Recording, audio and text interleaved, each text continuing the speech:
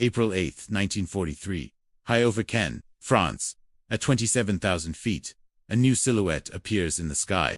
It's the combat debut of a fighter so big, so bulky, that veteran German pilots couldn't help but laugh.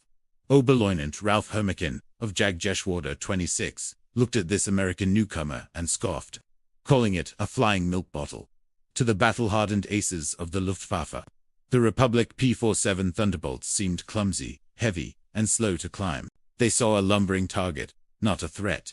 They were wrong, terribly wrong. This is the story of how that flying milk bottle transformed into an unstoppable monster, a juggernaut that would systematically dismantle the Luftwaffe and change the very nature of air combat. The Germans' initial mockery was understandable.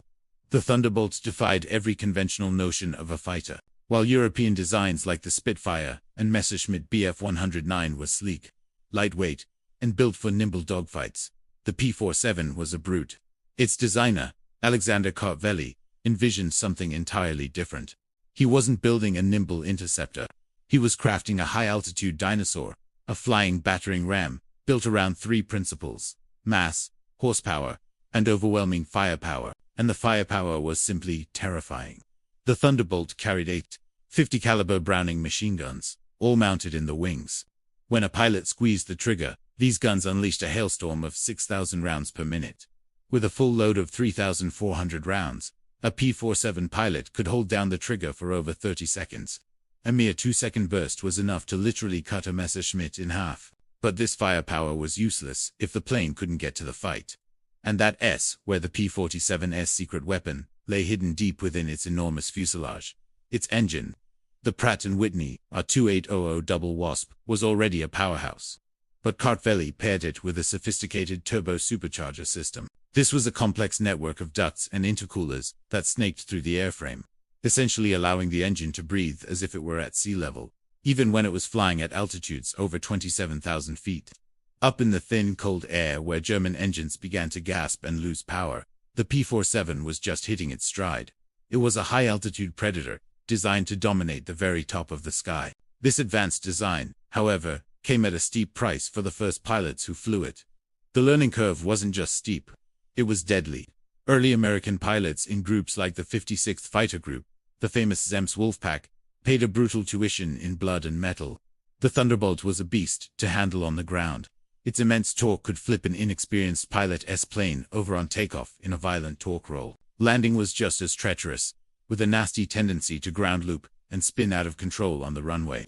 In their first 4 months of training and early combat, the 56th Fighter Group lost a staggering 18 pilots and 41 aircraft, not all of them to enemy fire. In the air, the challenges continued. When diving at high speeds, pilots encountered a terrifying phenomenon called compressibility. The controls would freeze solid, the stick feeling like it was set in concrete, as the aircraft plummeted towards the earth. Early pilots had to learn the harrowing trick of using the trim tabs to try and pull the plane out of a dive it no longer wanted to leave. It was a vicious, unforgiving machine that demanded a new kind of pilot and a new way of fighting. One of the men who figured this out was Major Donald Blakesley, a legendary fighter leader. He quickly realized that trying to fight a traditional turning dogfight in the P-47 was suicide. As he bluntly put it, the Thunderbolt couldn't turn with FW-190s, couldn't climb with Bf-109s at the medium altitudes where most dogfights happened. So, he developed new tactics. He taught his pilots to use the P-47's strengths, its incredible speed in a dive, and its phenomenal roll rate. The strategy was simple and brutal. Climb high above the enemy, dive down on them at untouchable speeds. Make one devastating pass with those 850 cals, and then use that dive speed to zoom back up to altitude, reset, and do it all over again. No turning, no fancy maneuvers. Just pure, predatory energy fighting. Hit and run. Boom and zoom. But there was one final, crucial piece of the puzzle the German intelligence completely missed. One characteristic that truly set the Thunderbolt apart: its unbelievable toughness. The Germans saw a big target. What they failed to see was that this big target was built like a flying tank. Kartveli had designed the P-47 to absorb punishment and keep flying. The stories of its durability became legendary. On May 4th, one P-47 from the 56th Fighter Group returned to base after a ferocious battle. A post-flight inspection revealed it had been hit by 21 20mm cannon shells and over 100 machine gun bullets. That kind of damage would have disintegrated a Spitfire or a Messerschmitt. The P-47 pilot flew it home.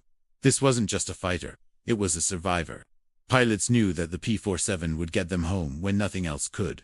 This convergence of factors, the firepower, the high-altitude performance, the new tactics, and the incredible ruggedness began to turn the tide. But the final ingredient was sheer numbers.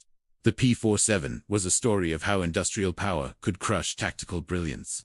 While Germany's finest pilots were masters of their craft, they were flying increasingly fragile and outnumbered machines. America, meanwhile, was churning out P-47s by the thousands. More than 15,000 would be built by the end of the war. This wasn't just quantity.